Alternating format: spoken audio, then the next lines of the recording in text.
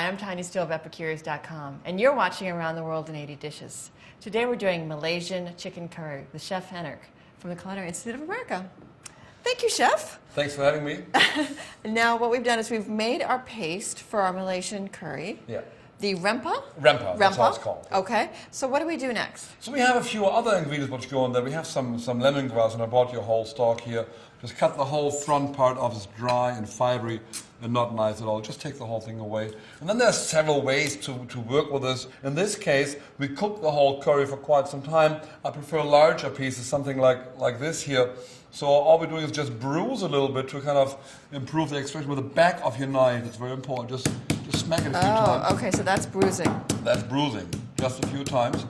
And just smell this by now. You smell. It smells so lemony. The flavor comes out much stronger. And then just cut it in like 1 inch or 2 inch pieces, not much longer than this. And then we will simmer this along with us. And the one who eats it will see these pieces and will know not to chew on them. And then I guess we're ready to go. First thing what we'll do by now is we season our chicken. And you season it with salt and pepper? Just salt and pepper. Okay. Just plain old salt and pepper. So what I would like to do now is just, I can actually use this wooden spoon because we use it to cook anyway. Oh, yes. Just mix in the chicken. What I have is a few breast pieces, a few chicken thigh pieces, a few chicken drumstick. For flavor purposes, I left the skin on. Should I go ahead and pour in some? Pour some oil, yeah. Okay. We don't want to be too high on the heat. Go ahead, a little more. Is this vegetable oil? That's regular vegetable oil, maybe a little more. Okay. Because we need a generous amount to fry our rempa. Oh, I see. That'll be fine. Okay. To fry our rempa, so the fat should not be too hot. Just take as much as we need. We need a relatively generous amount into the oil. And now comes a crucial process. We have to fry the rempa for a good amount of time. How long is good? A good 5 minutes. 5 minutes. We're looking for a cooked flavor, so I can go up with the heat just to bring it to a temperature, and then start frying this relatively slowly till this raw, harsh flavor is gone. We have to make sure that we stir it frequently on the bottom of the pan so we don't burn the rempa. Well, we have the sizzling gets louder and more violent, so I don't want to go down with the heat because we really don't want to burn it. And this is a crucial part of this curry cooking, that we really cook the rempa a sufficient amount of time. That's oftentimes being underestimated in many dishes. Also in Western cuisine, see with many chefs, they just don't cook the onions long enough. The color has changed tremendously. It's gotten much darker, it's gotten much drier. So we're almost good to go for our next step. I have our chicken. Chicken is nicely seasoned, and that goes right into our now well-cooked rempa. Okay. We just take the whole thing and just coat it really well. Coat it really well. Maybe cook the chicken a little bit till it's slightly opaque. Still watching out that the rempa, which is now very dry and tends to burn easily if we don't watch out. We coat the whole thing very well. Next thing that goes inside is our lemongrass, the bruised pieces. Goes right inside. Again, it's a rustic dish, so don't worry about the large pieces. If your concern is you don't want to have those pieces in your food, you can of course also mince it very fine. I see. It's okay. It's fine. It's a question of personal preference. The next thing is what goes on top is, as a cooking liquid, is coconut milk.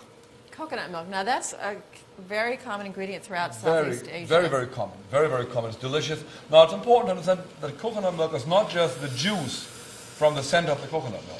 What is it then if it's not just the juice? The coconut milk is what they take the flesh of the coconut is being grated and mixed with water, and then that juice is being squeezed out, the very rich fatty juice. Ah, I see.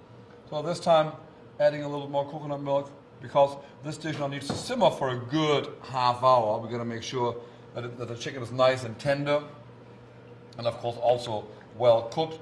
So I, for myself, I can't wait to taste and verify that the seasoning and everything is right. However, we at least want to wait till the whole thing came to a boil once, then we're safe to eat. I see. So it should cook 35 to 40 minutes covered or not covered? I would normally leave it open and cook it very slow, but you can also keep it covered. Either way is fine. So it's a low simmer or? Very slow simmer. Okay. Okay, great. So we'll cook this up and then we'll finish it off. Absolutely. All right. Absolutely. So Chef, this looks really good. It's been cooking for 40 minutes now. Does this look good to you? The consistency is good? It's pretty good. I mean, what we've done in between, you've seen the sauce.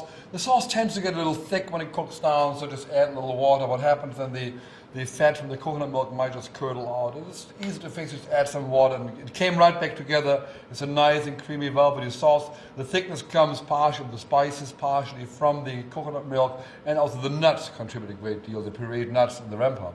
So what we have here, I just prepared a plate just to make it look a little exotic here, little banana leaves on there. The chicken is nice and tender. It's cooked well. So I like to put it directly on the rice, a little piece.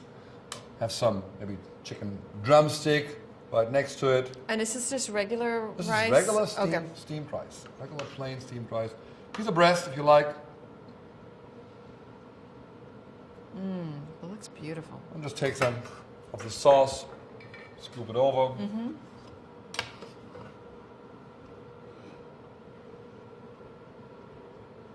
Oh, wow. If you like to garnish, what most certainly always fits is some coarsely cut cilantro if you like. Here I have some coconut flakes, some grated coconut. Are those toasted coconut? The toasted coconut, yeah, some toasted coconut. Maybe some of the cut macadamia nut for texture. Ah. Right. What never hurts here, as optional thing, maybe a squirt of lime juice is nice. Can I go ahead and... I can see you can't wait. I really can't. I have to say, this looks so good.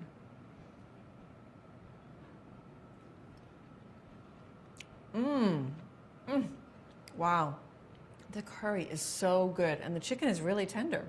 Well, Chef, thank you so much for helping me make a Malaysian chicken curry, now hopefully part of my repertoire. I want to do this at home. Good. I'm glad to see this. Yeah. Wonderful. Yeah, thanks so much. It's been fun. I enjoyed it myself. Oh, good.